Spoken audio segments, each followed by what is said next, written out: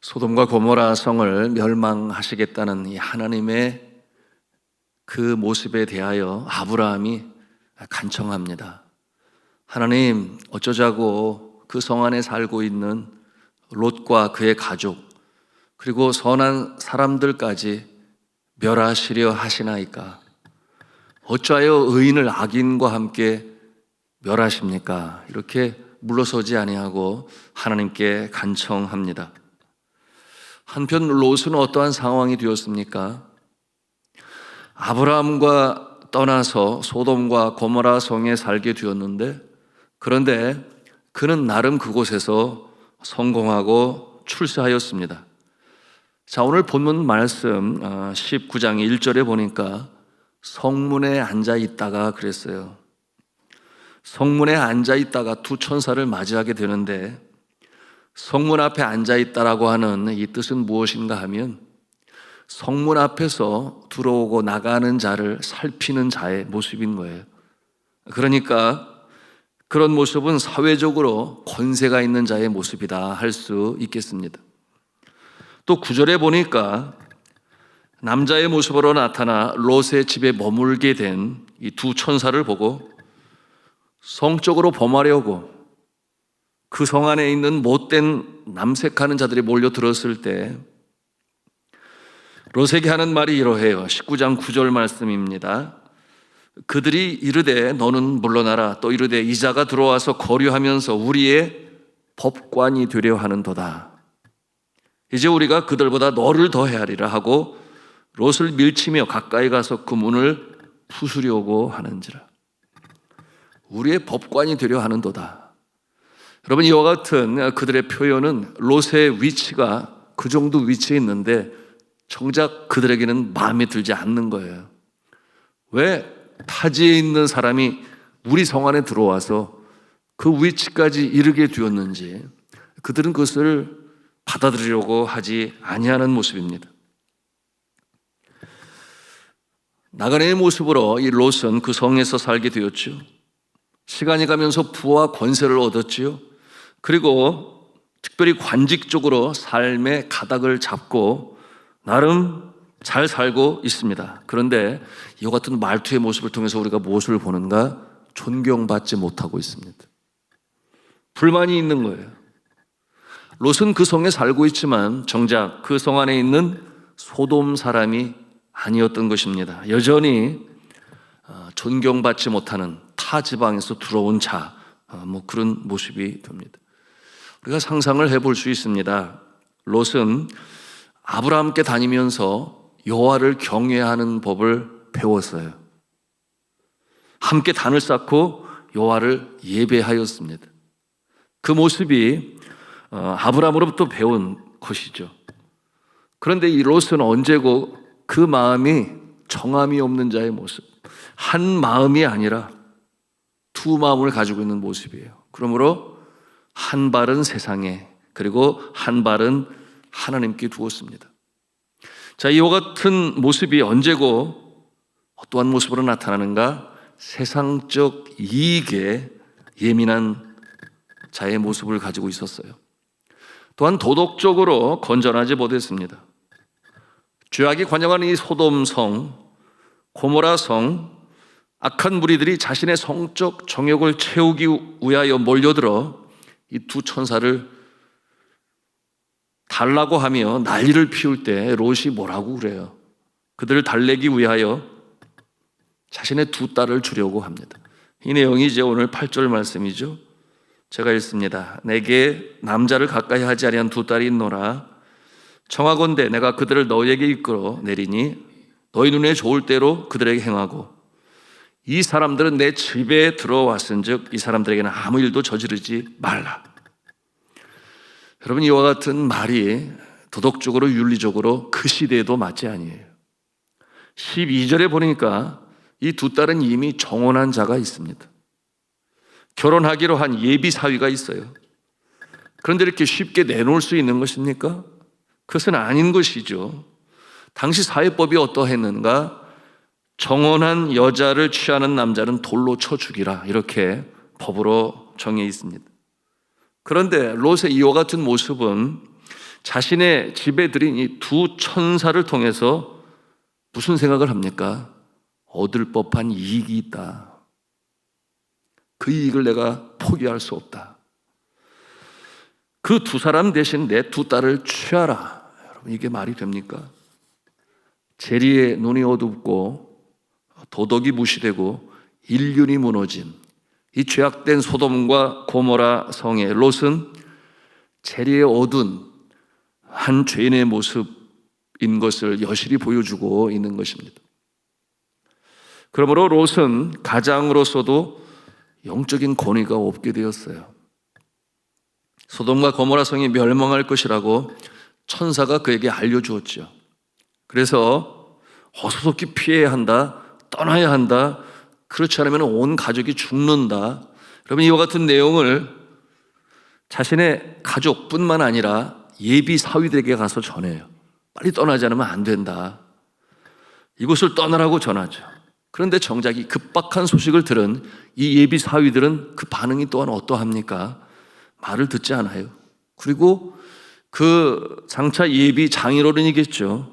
믿지를 않습니다. 여러분, 14절 말씀을 우리 함께 보겠습니다. 14절 말씀을 같이 읽겠습니다. 시작.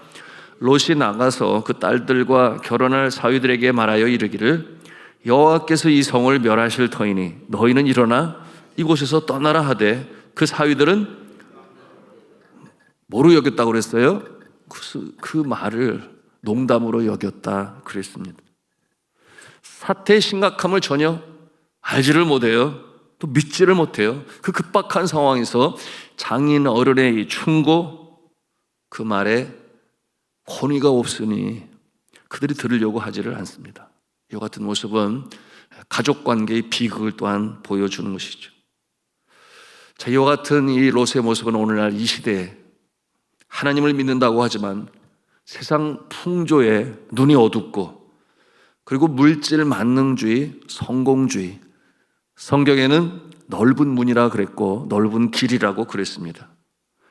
여러분, 이 세상은 자신밖에 모르는 이기주의, 경쟁이 얼마나 강한지 무한 경쟁이라 표현을 하고, 여러분, 이 이기주의에 물든 이 시대의 사람들, 그 가운데 특별히 소위 노미널 크리스찬이라고 하는 명목상의 그리스도인들, 습관적으로 교회를 다니고 예수를 믿는다고 하지만 그러나 세상 사람들과 그 생각과 가치관이 다르지 아니한 이와 같은 모습을 보는 것입니다. 교회를 다니고 예수를 믿는 목적이 무엇인가? 자신의 출세, 성공, 더 많은 물질, 더 높은 권세, 그 자리에 앉기 위함입니다. 그럼 우리가 예수를 믿는 목적은 구원받은 백성으로 예수 그리스도의 성품을 닮아가고 그와 같은 모습을 통하여 이 어두운 세상에 산후의 동네요, 또한 등경호의 등불이요, 썩어져가는 세상에 소금, 그 맛을 잃지 않기 위하여 우리가 예수 그리스도를 따릅니다. 그리고 그 모습을 통하여 이 땅에 하나님의 나라가 점점 더 확장되어져 나가는 것입니다. 그러므로 그와 같은 모습으로 행할 때 주님께서 기뻐 보시고 또한 그와 같은 자에게 잘 되게 하시며 저 하늘나라의 영생 복락을 준비하시는 하나님이십니다. 여러분, 이와 같은 모습을 통하여 세상에 하나님의 나라가 확장이 되니 필요한 건강과 지혜와 능력과 믿음과 필요한 것들 하나님께서 공급하십니다. 우리가 예수를 믿는 목적은 구원받은 모습으로, 바로 그와 같은 모습으로 이 세상을 살아야 되는데, 이 세상 재리의 눈이 어두워서 마음을 빼앗기고 성공의 눈이 어두워서 오늘 롯의 모습이 그러합니다. 이 임박한 멸망, 소돔과 고모라 성에 임한 멸망에 대해서도 정신을 차리지 못하고 있어요. 왜 그렇겠어요? 미련이 너무 많은 거예요. 미련이. 지금까지 일궈온 재산과 권세를 버리고 떠날 수가 없어요. 그런 가운데서도 상대적으로 감동적인 것이 있습니다. 그게 뭐냐 하면 하나님의 강권적인 사랑의 손길입니다. 자, 15절에 보니까 아침이 되어도 떠날 생각이 없는 롯을 깨웁니다. 우리 15절 말씀인데 같이 읽도록 합니다. 시작. 동틀 때 천사가 롯을 재촉하여 이르되 일어나 여기 있는 내 아내와 두 딸을 이끌어내라. 이 성에 죄악 중에 함께 멸망할까 하노라. 떠나지 않는 거예요. 못 떠나는 거예요. 그러니까 하나님이 어떻게 해서든지 그 재앙 속에서 건져내시기 위하여 일어나라 이렇게 강권적으로 말씀하시죠. 근데 16절에 보니까 여전히 미련이 많은 롯, 떠나는 것이 마음에 내키잖아요. 그러므로 지체하였다 그랬습니다. 16절 말씀 또 우리가 보도록 합니다. 같이 읽습니다. 시작. 그러나 롯이 지체함에 그 사람들이 롯의 손과 그 아내의 손과 그 두 딸의 손을 잡아 인도하여 성 밖에 두니 여호와께서 그에게 자비를 더하심이었더라. 강권적인 손길로 그들을 이끌어내시는 하나님의 모습입니다. 이와 같은 모습을 우리가 바라보면서 그렇구나, 이렇게 부족하고 연약한 존재인데 하나님께서는 긍휼을 베푸시는구나. 말씀해 보니 산으로 도망하여 멸망함을 면하라, 이렇게 하나님께서 적극적으로 지시하고 인도하십니다. 근데 롯은 또 어떠해요? 여전히 미련이 남아 있습니다. 다 두고 갈 수가 없어요. 멀리 갈 수도 없습니다. 그 급박한 상황에서 그의 소원이 무엇입니까? 우리 20절 말씀을 같이 읽겠습니다. 시작. 보소서, 저 성읍은 도망하기에 가깝고 작기도 하오니 나를 그곳으로 도망하게 하소서. 이는 작은 성읍이 아니니까 내 생명이 보존되리이다. 이게 무슨 말씀이에요?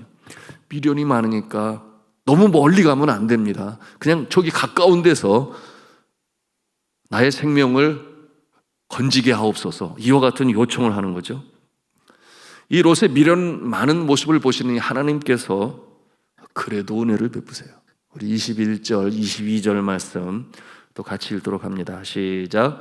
그가 그에게 이르되 내가 이 일에도 네 소원을 들었은즉 네가 말하는 그 성읍을 멸하지 아니하리니 그리로 속히 도망하라. 내가 거기 이르기까지는 내가 아무 일도 행할 수 없노라 하였더라. 그러므로 그 성읍 이름을 소알이라 불렀더라. 아멘. 여러분, 하나님의 사랑이 이렇게 놀라운 것은 죄인을 구원하시는 사랑이시기 때문에 그렇습니다. 일이 가능한 것은 우리를 위하여 십자가에 달리시고 물과 피를 다 쏟으신 성자 하나님이신 예수님의 그 긍휼, 그 사랑, 그 용서하고자 하는 그 마음, 그러므로 이 구원은 전적으로 은혜로 이루어지는 것입니다. 롯과 같은 모습이 구원받을 만한 그 무엇이 있나요? 그렇지 아니에요. 장차 오실 예수님, 여러분, 이 시점으로 보면 이제 앞으로 오실 예수 그리스도 성부 하나님께서는 그 예표로 이렇게 보여주시는 거예요. 많은 사람들 중에 그래도 구원받을 자, 은혜로 하나님께서 행하심은 그리고 확실히 알아야 되겠습니다. 예수 그리스도의 십자가의 보혈, 그 예수 그리스도의 사랑만이, 은혜만이 우리를 구하는 줄로 믿으시기를 바랍니다.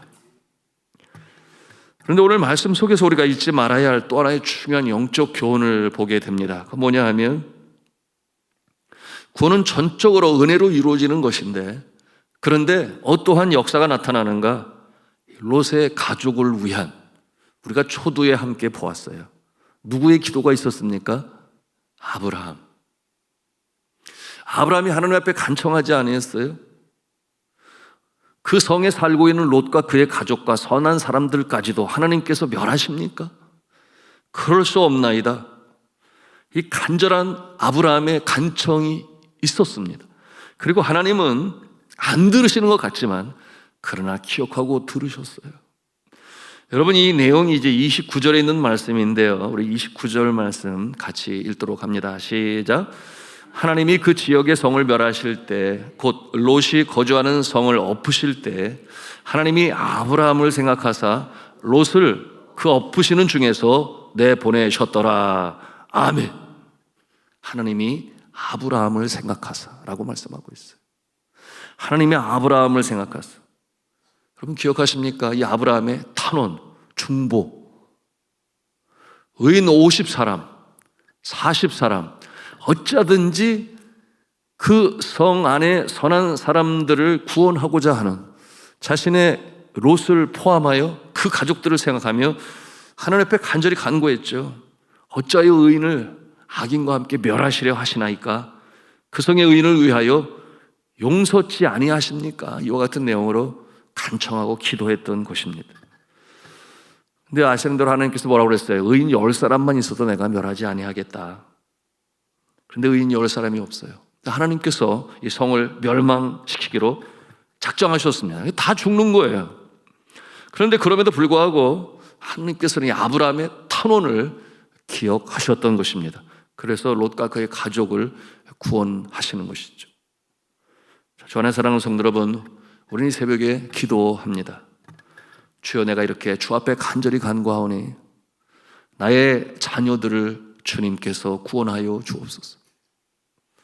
이 세상 세파 전쟁터 같은 세상 속에서 좌절하거나 절망하지 않게 하시고 소망 중에 다시금 일어나게 하여 주옵소서. 그러므로 하나님께서 계획하신 선한 뜻을 온전히 이루어 주옵소서. 우리가 기도합니다. 내 남편을 구원하여 주옵소서. 죄악에서 건져주시고 믿음으로 돌아서게 하여 주옵소서. 여러분, 이와 같은 기도를 우리 주님이 기억하시는 줄로 믿으시기를 바랍니다. 주여, 내가 이렇게 간구하오니 이 나라를 불쌍히 여겨 주옵시고 비록 죄악으로 관영하였으나 멸망에서 건져주시고 저 북한의 핵폭탄의 위협으로부터 전쟁이 일어나지 않게 하여 주옵소서. 우리가 기도합니다. 여러분, 외국에 살아보면 그 사람들이 더 먼저 염려해요. 북한에 만행의 그 도발이 있을 때마다 괜찮냐고. 여러분, 하나님께서 이 나라 지키시고 보호하심을 믿으시기 바랍니다. 동해물과 백두산이 마르고 닳도록 하나님이 보호하사 우리나라 만세. 우리가 입술로만 고백하는 것이 아니라 이 새벽에도 기도함으로 말미암아 아브라함의 탄원을 들으신 기억하신 하나님께서 이 새벽에 나라와 민족을 끌어안고 기도하는 우리의 기도를 들으시는 줄로 믿으시기를 바랍니다. 그런가 하면 주여, 우리가 간구하오니, 우리 교회가 간구하오니 이 금천 지역을 불쌍히 여겨 주옵소서. 오늘도 화요 전도단 나가서 전도하게 되는데 이곳에 우리 교회를 세우셨으니 산후의 동네가 되게 하여 주셔서 이 지역에 죽어가는 영혼들 살려내는 일에 우리 교회를 사용하여 주옵소서. 오늘은 민족, 내일은 세계로 주의 복음을 증거하는 일에 쓰임받는 교회여 성도가 되게 하여 주옵소서. 우리 하나님께서 들으심을 믿으시기 바랍니다. 이 중보자의 마음으로 기도하면 주님께서 긍휼히 여기시고 여러분, 우리의 기도를 기억하사 역사하시는 것입니다.